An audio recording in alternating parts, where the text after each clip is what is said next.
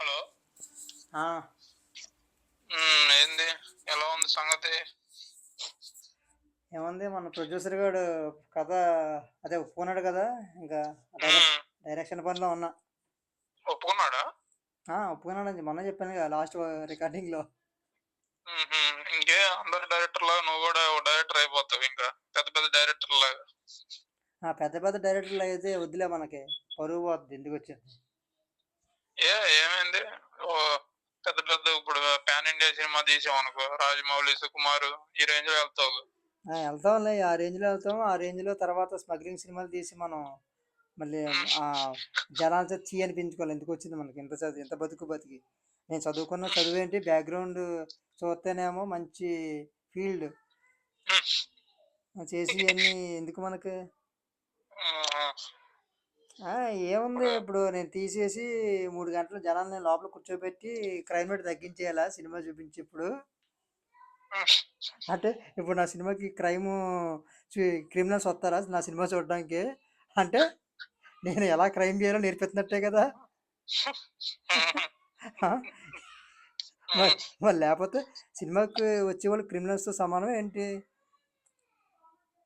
అసలు క్రిమినల్స్ సినిమాలు చూస్తారా లేదా ఫస్ట్ స్టడీ చేసావా లేదా నువ్వు? దాని దానికి బేస్ ఏది అసలు? అంటే ఇప్పుడు చూసిన వాళ్ళందరూ క్రిమినల్స్ ఇప్పుడు అదే దానికి బేస్ ఏది నాకు అర్థం కావట్లేదు. ఇప్పుడు ఇప్పుడు నేను నేను సినిమా తీసేది ఎంజాయ్ చేయడానికి, ఎంటర్టైన్మెంట్కి. ఒక 2:30 గంటలు 3 గంటలు సినిమా చూసేదంటే ఆడు చేసి పనులన్నీ ఆపేస్తాడు.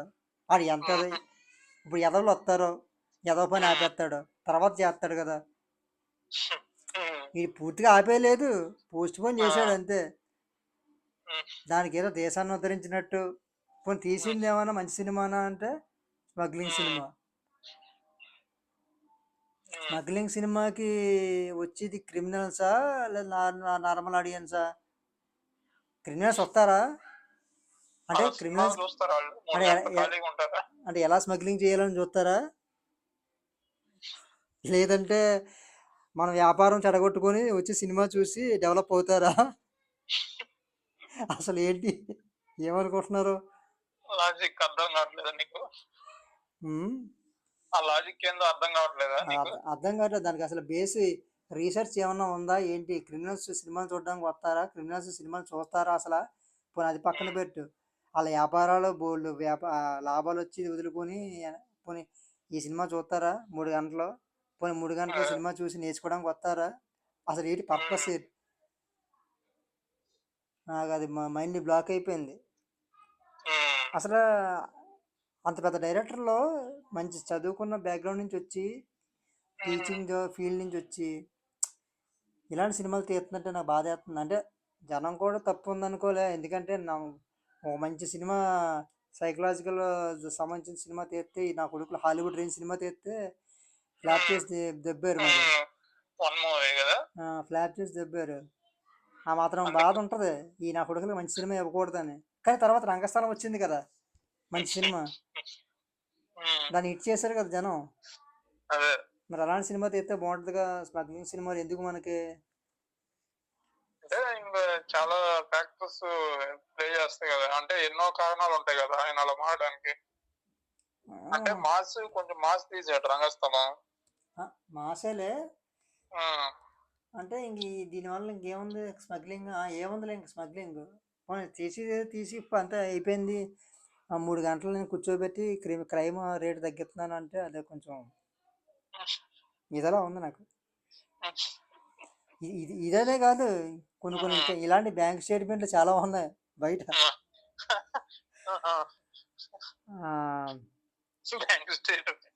ఏది ఆ మధ్యన కొరటాల శివ అన్నయ్య దేవరా సినిమా తీసాడు, కొంచెం కన్ఫ్యూజ్ చేసి పడేశాడు.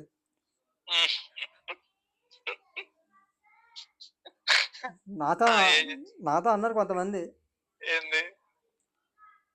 నువ్వు అది ఆపాలనుకుంటే అదే ఆ స్మగ్లింగ్ ఏ చేస్తూ ఉంటారు కదా వీళ్ళు. అవును, నువ్వు ఆపాలి అనుకున్నప్పుడు ఆ విలన్స్ని చంపి తిప్పితే సరిపోద్ది కదా, అంతమందిని చంపి తిప్పుతున్నావు, ఎందుకు మాకు ఇదే అని చెప్పేసి అన్నారు కదా, ముగ్గురు అన్నారు నాతో. అంటే మెయిన్ విలన్ వేసేస్తే సరిపోద్ది అంటావా? మెయిన్ విలన్ వేసేస్తే సరిపోద్ది కదా, నువ్వు చచ్చిపోయి ఆడికి భయం పుట్టించి మళ్ళీ ఇంకొకరిని చంపేసి ఇప్పుడు ఇద్దరు చచ్చిపోయినట్ట. అది అదే అదే పెద్ద ఎన్టీఆర్ పేరు మీద చిన్న ఎన్టీఆర్ చేస్తున్నట్ట. ఇప్పుడు పెద్ద ఎన్టీఆర్ ఏమైనట్టు? పెద్ద ఎన్టీఆర్ చచ్చిపోయాడని చెప్పేసాడు. అవునా? మొత్తం క్లియర్ చూపించలేదుగా. చూపించలేదులే కానీ పెద్ద ఎన్టీఆర్ ప్లేస్లో వీడి చెప్పేశాడు కదా, అయిపోయింది నేనే ఇంకా పెద్ద ఎన్టీఆర్లో చేస్తున్నానని చెప్పాడు కదా చిన్న ఎన్టీఆర్. అంటే మళ్ళీ ఏమన్నా మొత్తం ఏమన్నా వస్తాడేమో అని, అంటే ఆయన దాచి ఉంటాడు, అలాంటి ఏమన్నా ట్విస్ట్ ఇస్తారేమో. పోనీ చెప్పితే చెప్పాడు, లాస్ట్లో మనోళ్ళని కూడా కసక్కని పొడిచేస్తారు చిన్న ఎన్టీఆర్ని. సరే పోలే, ఇది సినిమా, మనం సెకండ్ పార్ట్ వచ్చే వరకు మనం ఏం చేయలేం కానీ కొట్టాల్సిన మెయిన్ ఇప్పుడు నేను ఎందుకు ఎత్తానంటే మాట, ఆయన సినిమాలు అన్నీ బాగుంటాయి. జనతా గ్యారేజ్లో చిన్న ప్రాబ్లం నాకు ఒకటి వచ్చింది. జనతా గ్యారేజ్ సినిమా అంటే అసలు ప్రణామం సాంగ్ ఎంత బాగుంటుంది, అసలు ఆ సృష్టి గురించి ప్రకృతి చెట్లు నాటండి అని చెప్పేసి ఆ ఎన్టీఆర్ చెప్పడం గూజ్ బంప్స్ నిజంగా. ఆ మోహన్ లాల్ అయితే గెద్దియారు మోహన్ లాల్ ఇద్దరు ఒకే ఇంట్లో పుట్టారా, అసలు నిజంగా బాబాయ్ పెద్ద తమ్ముడు కొడుకుల్లో ఉంటారు, చాలా మంచి సేమ్ ఫేస్లు కూడా అలాగే ఉంటాయి. అయితే జూనియర్ ఎన్టీఆర్ అంత బాగుంది, ప్రకృతి ప్రేమికుడు నాకులాగా.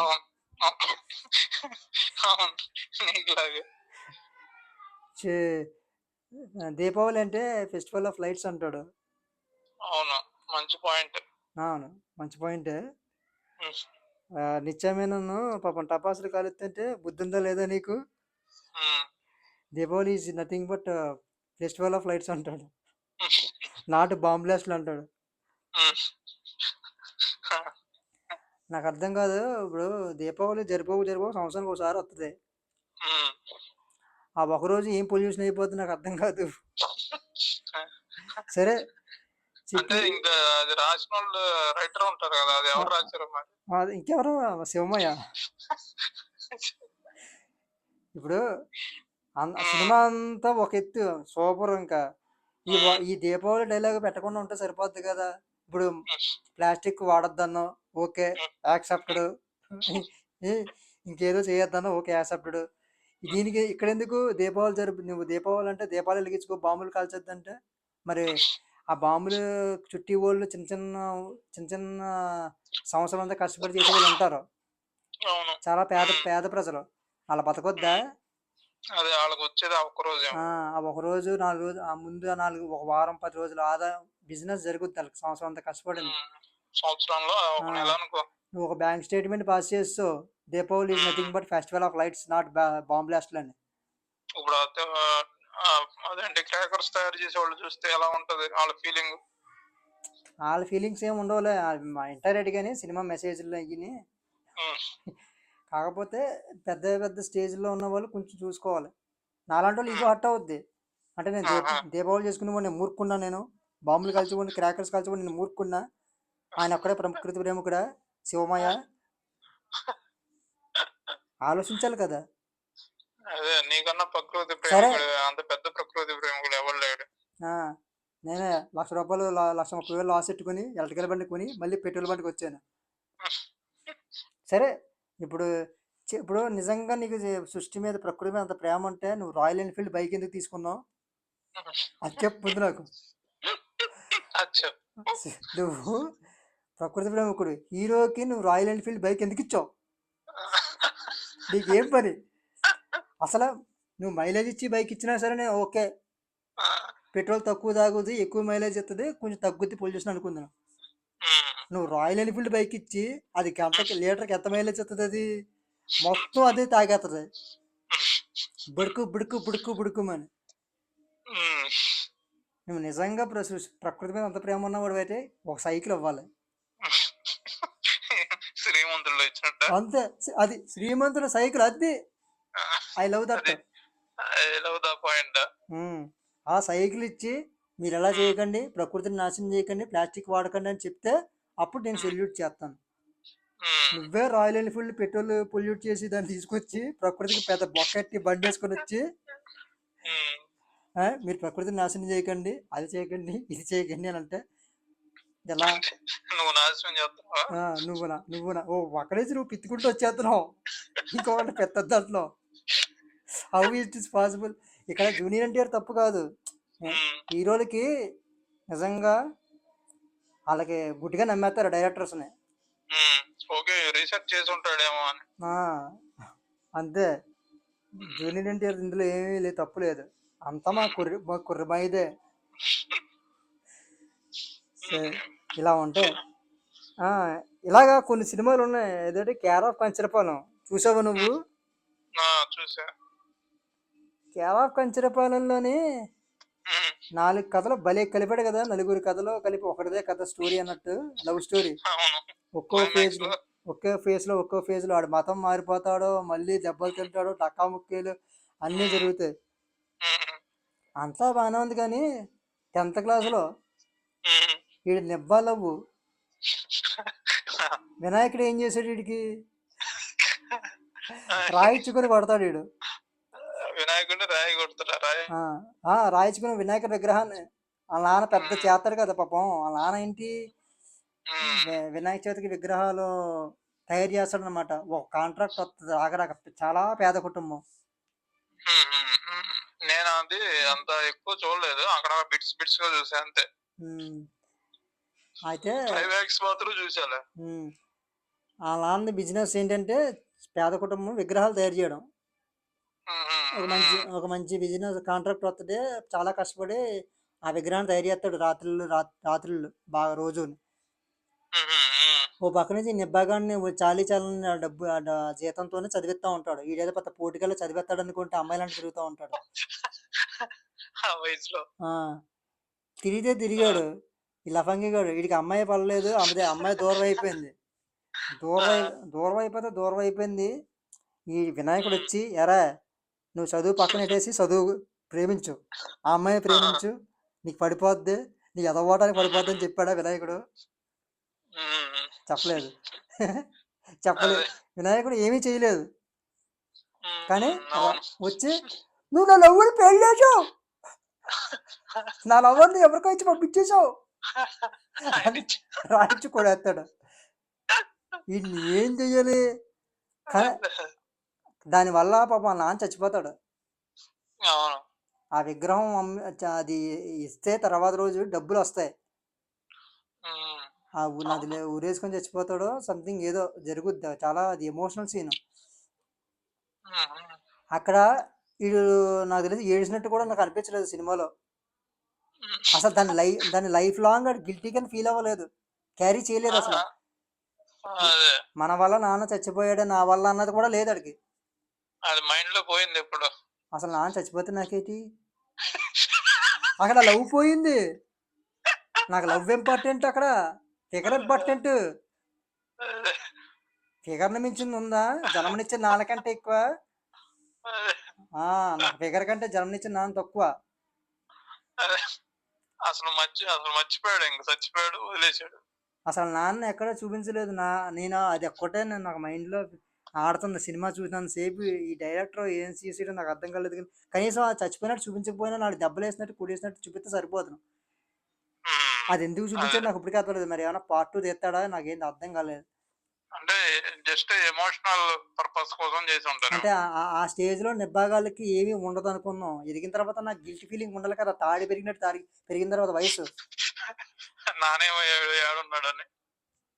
అసలు నాన్న జ్ఞాపకం లేదు, ఏమీ లేదు.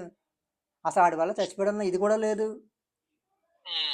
ఆడ విగ్రహం రాయించుకుని కొట్టడం వల్ల నాన్న ఆత్మ ఉరేసుకుని చచ్చిపోయాడు. ఇలా ఉంటాయి సినిమాలు.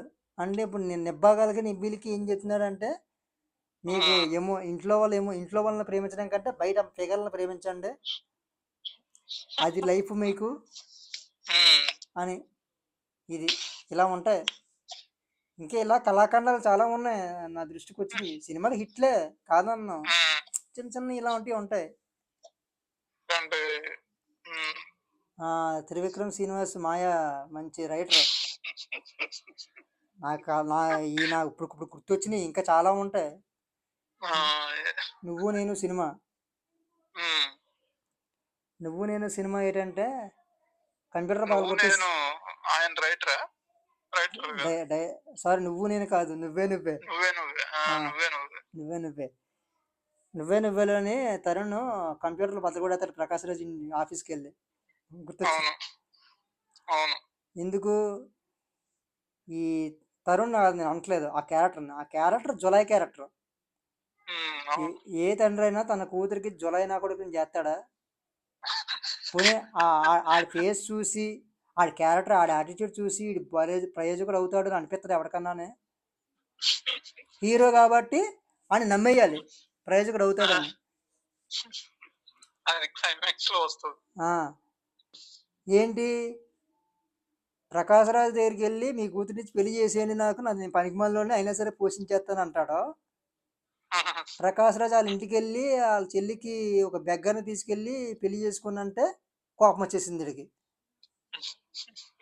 మళ్ళీ ఇక్కడ ప్రకాశ్ రాజు తరుణ్ వాళ్ళ నాన్న క్యారెక్టర్ చంద్రమోహన్ ఉంటాడు, అతను ఒప్పుకోడు. నువ్వు బయటికి పో ముందు, నా నా నా అల్లుడికి నా స్థాయికి బెగ్గర్ని చేసుకోవాలి, ముష్టోడిని చేసుకోవాలంటాడు. అంటే ఇక్కడ తండ్రుల ఆలోచన ఒకటే. సేమ్. ఏ తండ్రి అయినా పేదోడు, ఇప్పుడు మధ్యతరగతి ఉన్నాడనుకో, వాళ్ళ అమ్మాయికి కొంచెం మంచి బెటర్ పొజిషన్ ఉన్న అబ్బాయిని పెళ్లి చేయాలనుకుంటాడు, అంతేగాని కింద వాళ్ళని ఎవడో పెళ్లి చేయడం అనుకోడు. ప్రాక్టికల్ గా చూపించాడు అంతే. అయితే వెళ్ళి మా చెల్లికి నువ్వు ముష్టి సంబంధం తీసుకొస్తావా, కంప్యూటర్లో పగలగొట్టేస్తాడు. ఒక కంప్యూటర్ తయారు చేయలేడు ఈ మనిషి, ఈ క్యారెక్టర్. అందులో రిషి అనుకుంటా పేరు. రిషి పగలగొట్టేసి ఏమంటాడంటే, నువ్వు నా ఇంటికి ముష్టోడి సంబంధం తీసుకొచ్చావు, నా చెల్లి నిజంగా ముష్టోడిని ప్రేమిస్తే అసలు ఎందుకు ప్రేమించిందో తెలుసుకుంటానంటాడంట. వీడు ఎందుకు ప్రేమించిందో తెలుసుకుంటాడు ముష్టోడిని. తెలుసుకుని ఏ పీకుతో నువ్వు అంటే వాళ్ళు ఏదో మంచి మనసు ఉంది, నీటి ముష్టోడితో పోల్చుకుంటున్నాడు ఇంకేడు.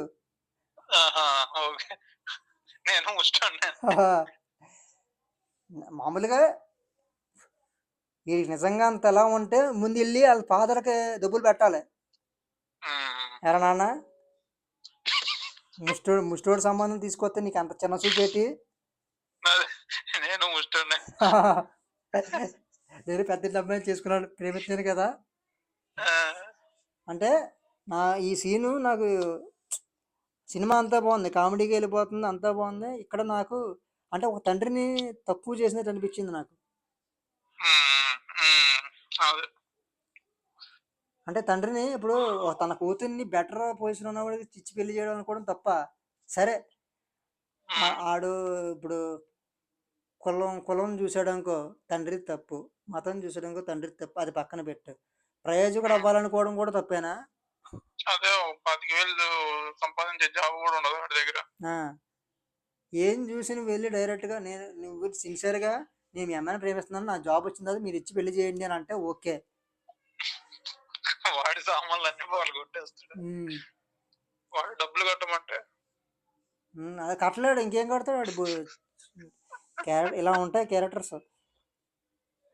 ఈ సినిమా వాళ్ళు అందరూ ఏంటంటే ఎలా ఉంటారంటే మెసేజ్లు ఎలా ఉంటాయంటే, ప్రేమించండి, లేపుకెళ్ళిపోండి, పెళ్లి చేసేసుకోండి. సమాజానికి ఇచ్చి మెసేజ్లు ఇవి. వీళ్ళ ఇంట్లో పిల్లలు మాత్రం బయటికి వెళ్ళి ప్రేమించకూడదు, పెళ్లి చేసుకోకూడదు, బయట లేచిపోకూడదు. వీళ్ళ ఇంట్లో నిజంగా ఎలా ఇంటర్ కాస్ట్ మ్యారేజ్లు కానీ లేదంటే లవ్ మ్యారేజ్లు చేస్తారు. వీళ్ళు అంత దమ్ముందా? వీళ్ళ మెసేజ్లు ఇవ్వడం మాత్రం జనానికే, ప్రేమించండి, పెళ్లి చేసుకోండి, పేరెంట్స్ ఒప్పుకుంటే ఒప్పుకోకపోతే మనకేంటి. వెళ్ళి అడగాలి, మీ కూతురు పెళ్లి చేస్తారా ప్రేమించాను. నాకు నా నువ్వే నువ్వేలో అసలు తండ్రి క్యారెక్టర్లు అంటే అలాగే ఉంటాయి, వాళ్ళని తప్పుగా చూపించడం నాకు నచ్చలేదు. ప్రకాష్ రాజ్ని ఎదవం చేసి చంద్రమోహన్ని ఎదవం చేయకూడబెట్టి చంద్రమోహన్ కూడా వద్దన్నాడు కదా ముష్టి సంబంధం అని. నిజంగా ఒకవేళ నిజంగా ప్రేమించిందని వాళ్ళ చెల్లి ముష్టిని ఒప్పుకుంటారా? హీరో కాబట్టి అనేస్తాడు వాళ్ళు ఏం చూసిందో అని. ఏముంటది ఏం చూసింది? అసలు యాక్చువల్ గా వాడు ప్రకాష్ రాజ్ రాకుండా డైరెక్ట్ గా వాళ్ళ చెల్లి చెప్తే వెళ్ళి కొట్టొస్తాడు ముష్టిని హీరో.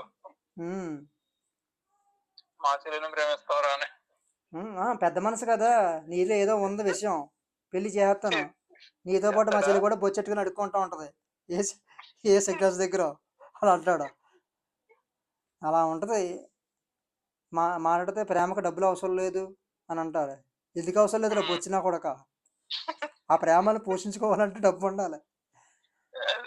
ఈ విషయంలో పూరి జగన్నాథ్ కరెక్ట్గా ఉంటాడు. నేనైతే సినిమాలో కరెక్ట్గా చెప్పాడు, కొట్టినట్టు చంప చెల్లిమని పెట్టి డబ్బు సంపాదించడం చేత కానీ ఏ నా కొడుక్కి ఐ లవ్ యూ చెప్పే అర్హత లేదు. అది కరెక్ట్ మాట. ఈ విషయంలో పూరి జగన్నాథ్ మనం హ్యాట్సాప్ చెప్పాలి. కరెక్ట్గా యూత్ని కరెక్ట్గా తీసుకెళ్తాడు ట్రాక్లోకి.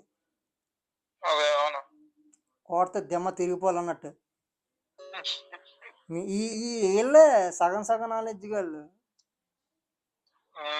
అన్ని బ్యాంక్ స్టేట్మెంట్లు మనకి ఇచ్చేసి సగంలో తీసుకెళ్ళి వదిలేస్తారు. రైలు పట్టాల దగ్గర తీసుకెళ్ళి వదిలేస్తారు. అక్కడ అటుగేటు ఇటుగేటు పడిపోద్ది, మధ్యలో వదిలేస్తారు. అందుకే స్ట్రైట్గా ఉండాలి. శంభో శివశంభో సినిమా ఒకటే, ఇలాంటి కొన్ని సినిమాలు బాగుంటాయి. ఇలా ఉంటుంది ఇలా వ్యాపారం. ఇలాంటి ఏమన్నా నన్ను మళ్ళీ నన్ను ట్రోల్ చేస్తారేమో అని చెప్పేసి కథ బాగా పకడ్బందీగా రాసుకుంటున్నాను. అంతే. మరి తర్వాత నన్ను ఏమైనా చేసుకున్నారనుకో నేను బలైపోతాను అసలే. నాదా లవ్ లేదులే, కమర్షియల్ స్టోరీ. లైఫే దరిద్రమే ఎక్కువ ఉంటది. మెసేజ్ ఏమన్నా ఇద్దాం అనుకుంటున్నావా? లేదు, మెసేజ్ ఇచ్చి అంత ఓపిక లేదు. ఇంకా మెసేజ్ తీసుకుని పొజిషన్లో లేరు కదా జనాలు.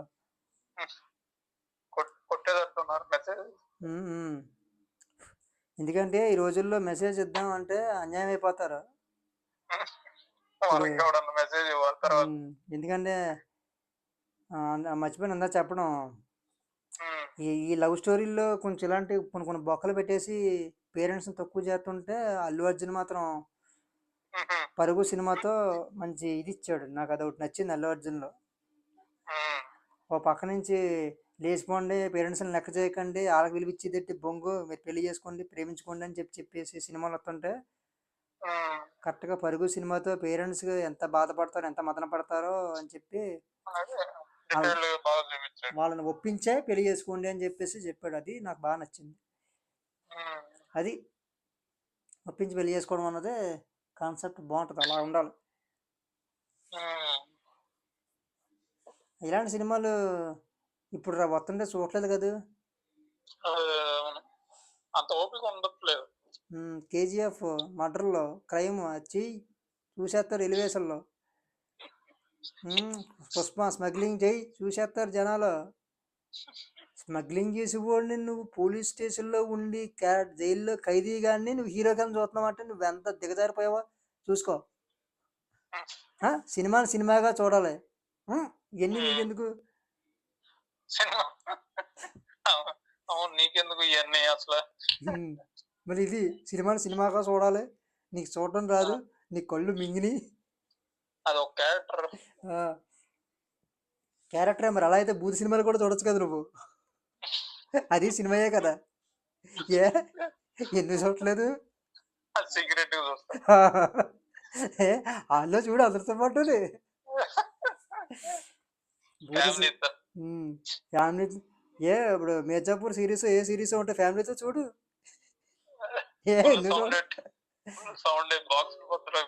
అది సినిమాయే కదా. సినిమాగా చూడవా? అలా ఎలా కుదిరిద్ది? అందులో సౌండ్లు వస్తాయి.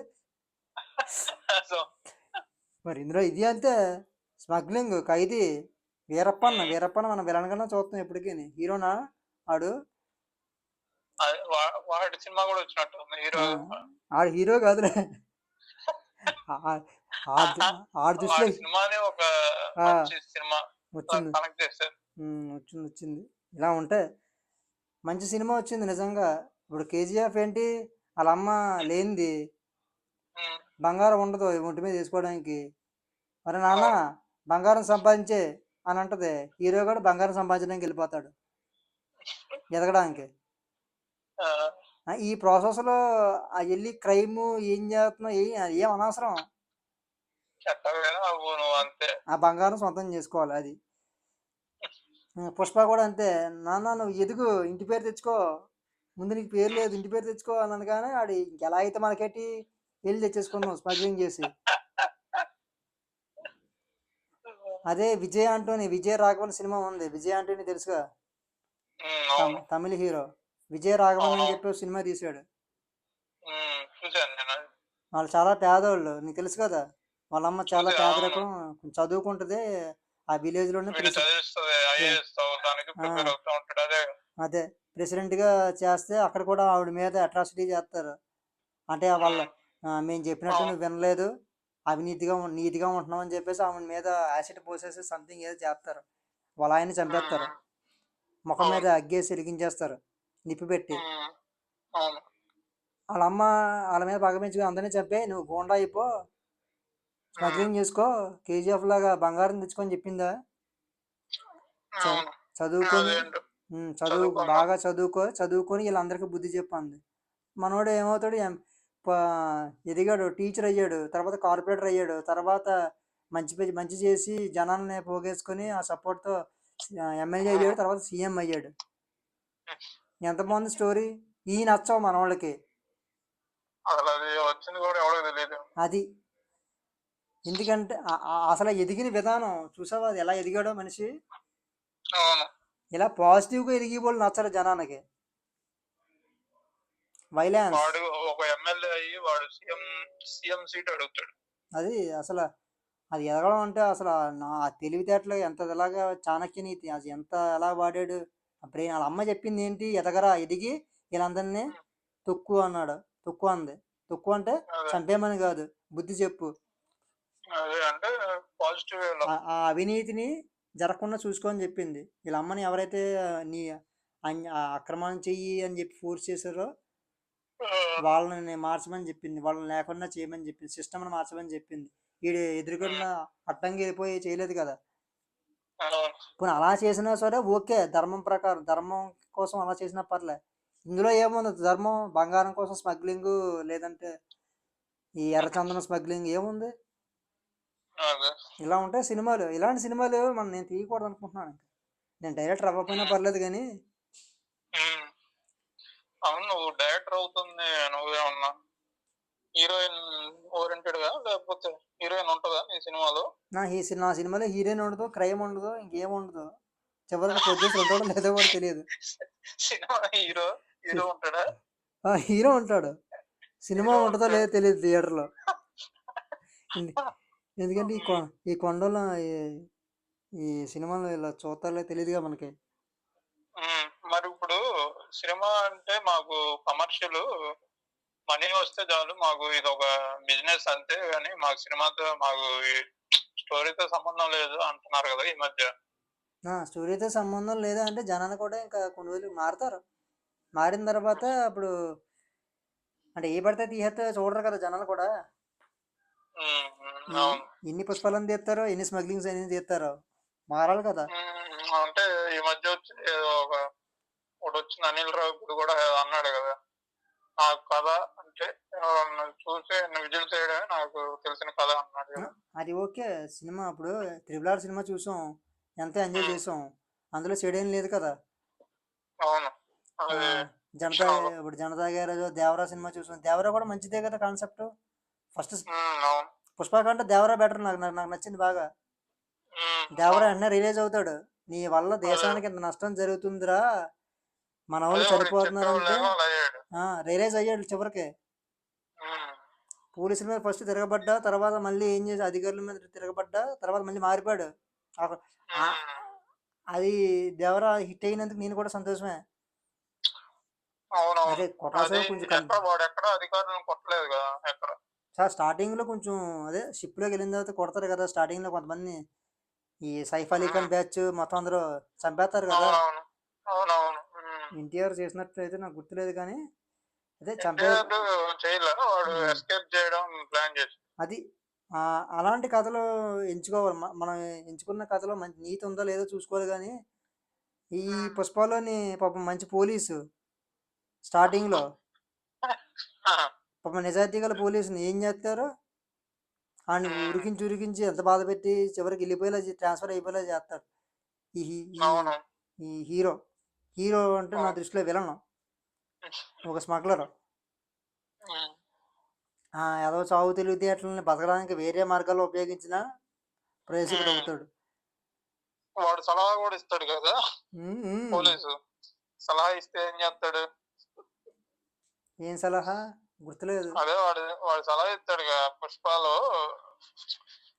అది ఆ ఎర్రచందనమ్మని ఎస్కేప్ చేయించిన తర్వాత ఇస్తాడు కదా, ఓడిపోయిన వాళ్ళు అందరూ ఇదే చెప్తారు, అది ఇది అంటాడు. అవునవును నిజమే, ఇలాగే ఉంటుంది. ఆ, అది ఓ పక్క నుంచి కొట్టాల సేవ చెట్లు నరకద్దని చెప్తుంటే ఈ సుకుమార్ వచ్చి చాలా చదువుకొని చెట్లు నరికించేస్తున్నాడు. అక్కడ ఎన్టీఆర్ చెట్లు నరకండి అంటుంటే ఇక్కడ అల్లు అర్జున్ బావమరిది అయ్యి ఉండి ఇలా చెట్లు నరుకుతున్నాడు. ఎంత తప్పది. బావ మాట వినాలి కదా. అవును. అయ్యో నా బావ ఎన్టీఆర్ చెట్లు కొట్టద్దన్నాడు, అడవులను రక్షించాలన్నాడు. అంత కష్టపడి అంత పెద్ద సినిమా తెస్తే సినిమాని సినిమాగా చూడాలంటే ఇట్లా. ఇప్పుడు హీరోని అభిమానించేది ఎందుకు, అనుసరించేది ఎందుకు? క్యారెక్టర్ కదా. అవును. అందుకే అల్లు అర్జున్ జూనియర్ ఎన్టీఆర్ అంటే నేను ఎన్టీఆర్కే ఓటేస్తాను. కొంచెం అంటే కొంచెం ఆ జనతా గ్యారేజ్లో ఆ దీపావళి టాపిక్ పక్కన పెట్టేస్తే, రాయల్ ఎన్ఫీల్డ్ బైక్ పక్కన పెట్టేస్తే, మొన్న వచ్చిన దేవరా సినిమాలో నాకు బాగా నచ్చింది. మారిపోయాడు, అది నాకు బాగా నచ్చేసింది విపరీతంగా. దీంట్లో కూడా మారినట్టేదన్నా చేయాల్సిందేమో. పుష్పలో మారినట్టు చేస్తే ఇంక మామూలు అయిపోద్ది, జనాలు చూడరు. ఏమో పుష్ప 3లో మారతాడో లేదో కూడా తెలియదు ఇంకా. అయితే నాకు తెలిసి పోగిరి సినిమాలో ట్విస్ట్ ఉంటుందేమో. అంటే ఒక పోలీసు వాడు ఎర్రచందనం దానికి మొత్తానికి ఉంటే ఇంక స్మగ్లింగ్ ఆపేయచ్చు అని. అంత ఇప్పుడు ఇదంతా డ్యామేజ్ అంతా జరిగిన తర్వాత చివర్లో అంతే పోగిరి మాదిరి ట్విస్ట్. అంటే గోలీమార్లా ఉంటది మొత్తం. గోలీమార్ అంటే ఇంకా బెటర్ నేను దానికి, ఎందుకంటే మొత్తం మాఫియా మొత్తం అందరినీ లేపేసి అండర్ వరల్డ్ లో పోలీసు వాడు ఉంటాడు. ఎంతమంది పుట్టుకొచ్చినా పోలీసు వాడు అక్కడ నొక్కేస్తూ ఉంటాడు డాన్ కాబట్టి. అది సినిమాలు, మన తెలుగు సినిమాలు అలా ఉంటాయి. ఒక పక్క నుంచి 666, బాహుబలి ఇలా లేపుతూ ఉంటే ఇలా పుష్ప ఇలాగా ఇది తగ్గించేస్తున్నారా. అయినా పుష్ప అంటే నార్త్ వాళ్ళే, మనకు కాదు. పుష్ప 2. అవును, పుష్పలో హీరో కూడా మంచి స్టైలిష్ గా ఉంటాడు కదా. స్టైలిష్ నార్త్ వాళ్ళలో ఉంటాడు. అదే పాన్ ఇండియా.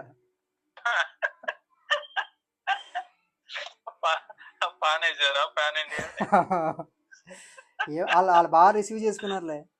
అయితే ఒకటే అల్లు అర్జున్ సుకుమార్లో నాకు నచ్చింది, అల్లు అర్జున్ ఇద్దరిలో నాకు నచ్చింది ఏంటంటే ఆ లేడీ గెటప్, దేవత క్యారెక్టర్ ఉంది చూసావా, గంగమ్మ. అది హైలైట్ చేసిన విధానం అయితే నాకు ఇంకా సుప్రీం, ఇంకా సో ఎక్స్ట్రాడినరీ. ఇంకా ఎవరు అంతలా చూపించలేరు ఇంకా. అది బాగుంది. సినిమా అమ్మాయి కావాలని కోరుకుంటాడు కదా. అది సో అసలు మైండ్ బ్లాక్ సీన్ అది. ఒకప్పుడు పోకిరి ట్విస్ట్, మహేష్ బాబు కారులోంచి దిగే వాళ్ళ నడుచుకుంటూ పరిగెత్తుకుంటూ వస్తాడు పోలీస్ అని చెప్పి. అది మైండ్ బ్లాక్ ట్విస్ట్ ఇన్ని ఏళ్లలో. ఆ తర్వాత ఇది అల్లు అర్జున్ ఇలాగా చేయడం, ఈ గంగమ్మ దేవతలాగా ఉంటా కదా మరి. లేడీస్ ఇప్పుడు అమ్మాయి పుడితే ఇప్పటికే ఉన్నారు దరిద్రులు, మా చుట్టాల్లోనే ఉన్నారు. నాకు అమ్మాయిలు పుట్టినందుకు నన్ను ఏంటంటే జాలి పడ్డారు నన్ను జాలి. చూసి. జాలి చూపిస్తున్నారు వీళ్ళు అమ్మాయిలు పడితే. మళ్ళీ వీళ్ళు కూడా వీళ్ళు లేడీస్ ఎలాగుంటలే మళ్ళీ ఆడముండలు అయ్యుండి అమ్మాయిలు పడుతుంటే అయ్యో పాపం అంట.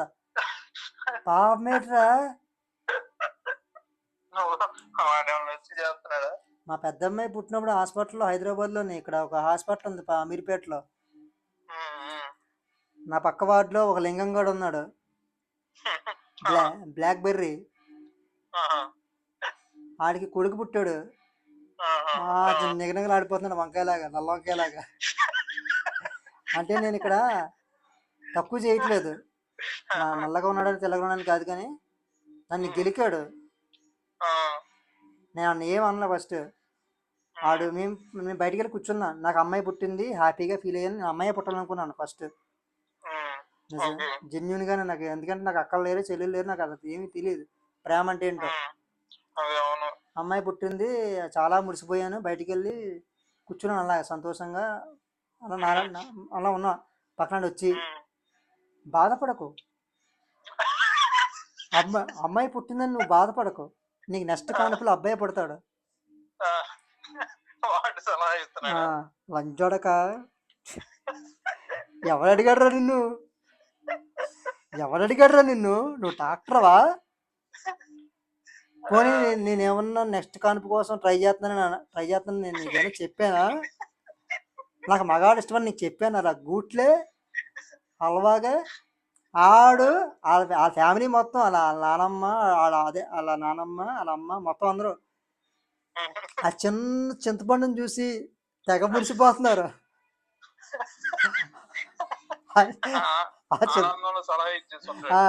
ఆడల్లో నాకే పుట్టాడు నీకు పుట్టడా? పుడతాడులే మగ. నెక్స్ట్ ఏంటి నెక్స్ట్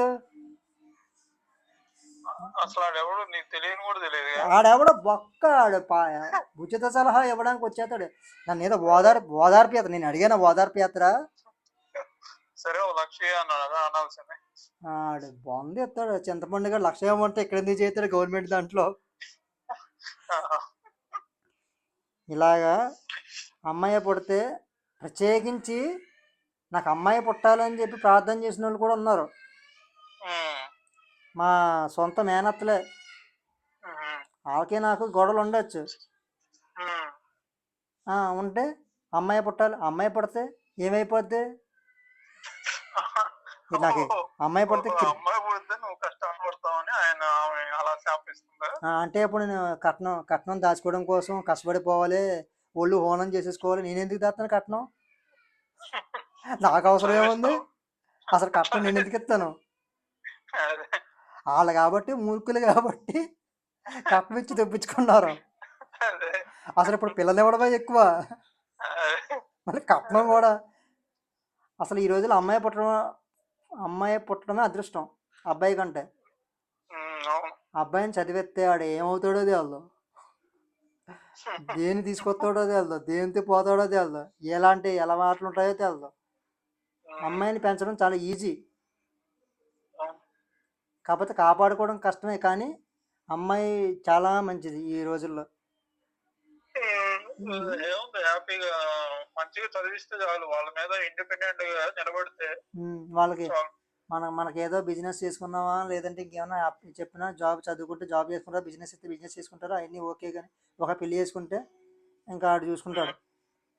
కొన్ని అసలు ఇంకో 10-15 years తర్వాత ఎలా ఉంటుందో కూడా తెలియదు.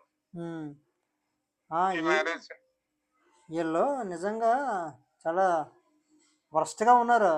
అమ్మాయి వీళ్ళకి అమ్మాయిలే అబద్ధం ఆడితే నీకు ఆడపిల్లలు పుడతారు. అంటే ఇప్పుడు మగపిల్లలు పుట్టిన వాళ్ళందరూ నీతి నిజాయితీ బట్ల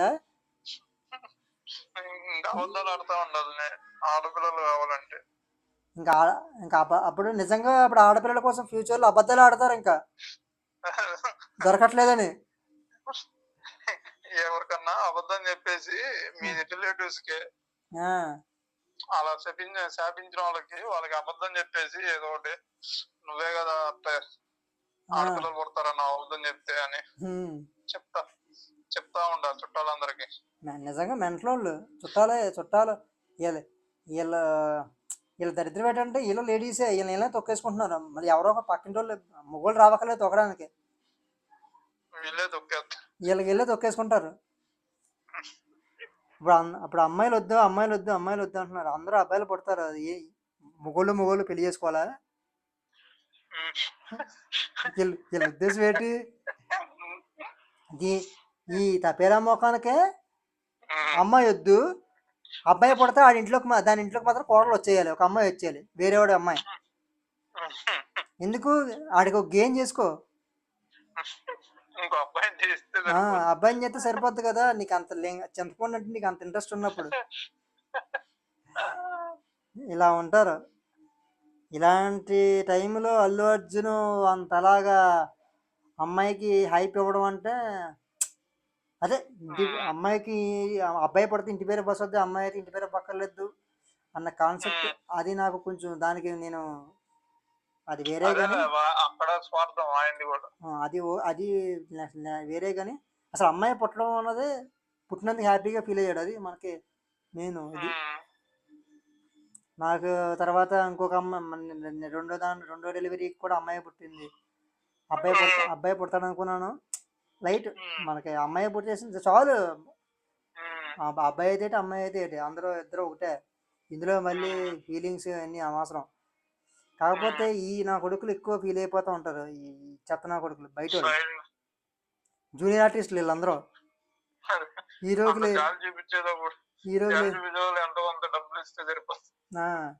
హాస్పిటల్కి వచ్చి పరామర్శించడం ఏదో చచ్చిపోయినాడు దానికి వచ్చినట్టు. ఆడపిల్ల పుట్టిందంట కదా, పుట్టకూడదా అండి? అది నేరమా అండి? అయ్య బాబా నాకు తెలియదండి. ఆడపిల్ల పుట్టిందా? బాధపడకలే ఎవడు బాధపడ్డాడు ఇప్పుడు? నువ్వేమన్నా చెప్పావా బాగా ఉందని? ఫేస్ లో కనబడిపోద్దంట వాళ్ళకి, లోపల కనబడిపోద్దంట నేను బాధపడుతున్నట్టు లోపల. మరి అంతే అప్పుడు అనిపించింది, మొగోళ్ళు పుడుతుంటే స్వీట్లు అయ్యి పనిచేస్తూ ఉంటారు, అది చేస్తూ ఉంటారు. నేను కూడా ఇంకా ఆడపిల్ల పుట్టినా సరే ఆడపిల్ల పడితే ఎవడ ఏం చేసుకోడు సెలబ్రేషన్. ఇక్కడ కొంతమంది అంతే అదోలు. నేను అలా కాదు. ఇంకా మా అత్త మా అత్త వాళ్ళు మా మాయాల్లో ఏంటంటే మొత్తం అక్కడ హాస్పిటల్లో స్వీట్లు పనిచేశారు అమ్మాయి పుట్టిందని. అలా ఉండాలి, ఎవరు పుట్టినా సెలబ్రేట్ చేసుకోవాలి, అంతేగాని. సెకండ్ బేబీకి అక్కడ మీ ఊర్లో చేశారు, అక్కడ చేశారు. అదే ఇలా కొన్ని సినిమాలు మంచిగా వస్తాయి, కొన్ని ఇలా అవుతూ ఉంటాయి. మనం ఎక్కడి నుంచి ఎక్కడికో వచ్చేసాం. ఇంకా 50 నిమిషాలు అయిపోయింది అప్పుడే. నేను డైరెక్షన్ చేద్దాం అనుకుంటున్నాను కదా, ఇలాంటి పాయింట్లే పెడతాను. నిజమైనవి. అదే ఇది మరి ఇలాంటి సినిమాలు థియేటర్లో ఎన్ని రోజులు ఉంచారో తెలియదు. మరి ప్రొడ్యూసర్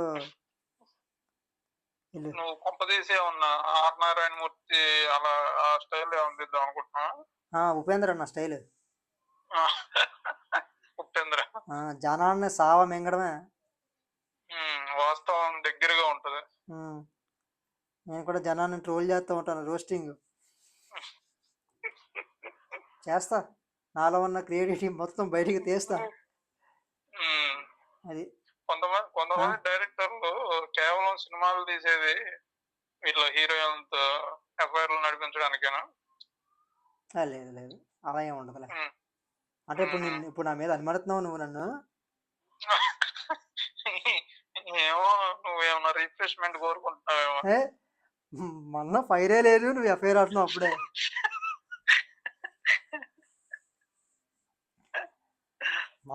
మనకంత ఫైర్ లేదమ్మా.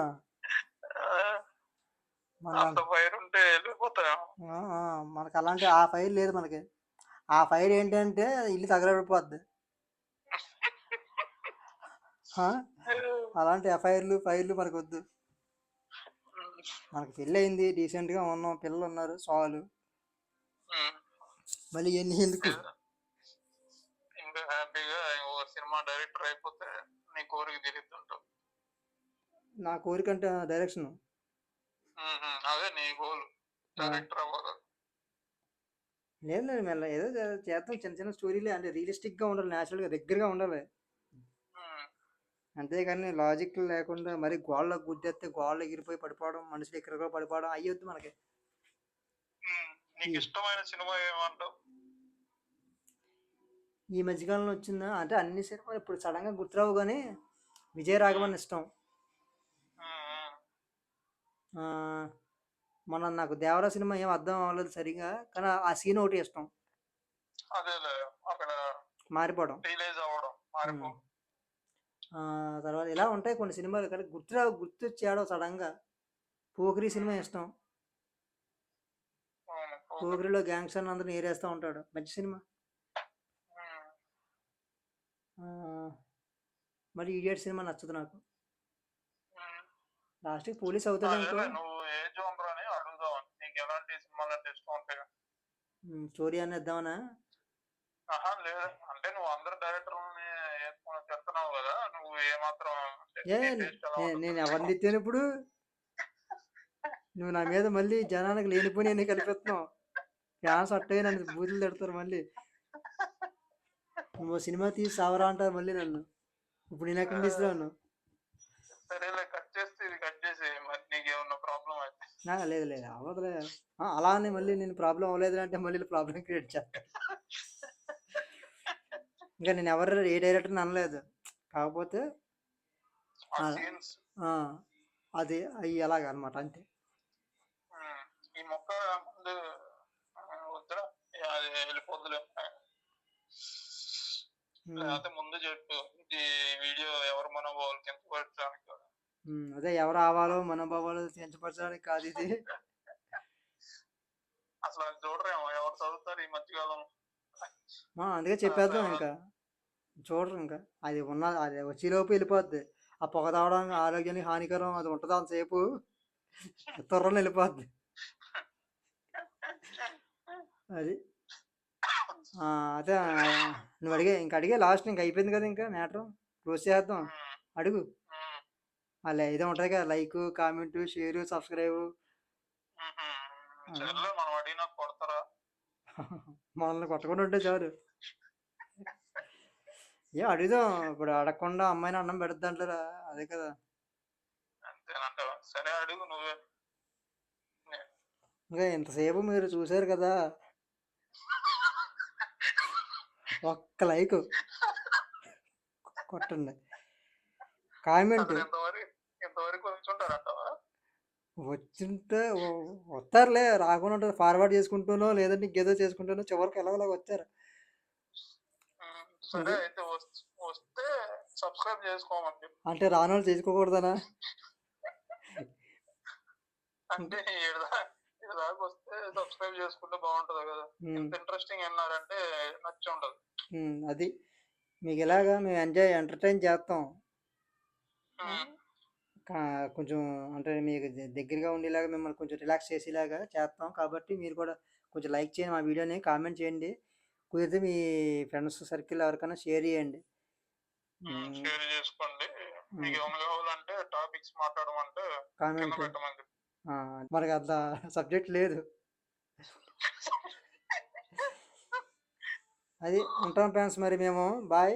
మీరు లైక్ చేయండి, కామెంట్ చేయండి, షేర్ చేయండి, సబ్స్క్రైబ్ మాత్రం చేయడం మర్చిపోకండి.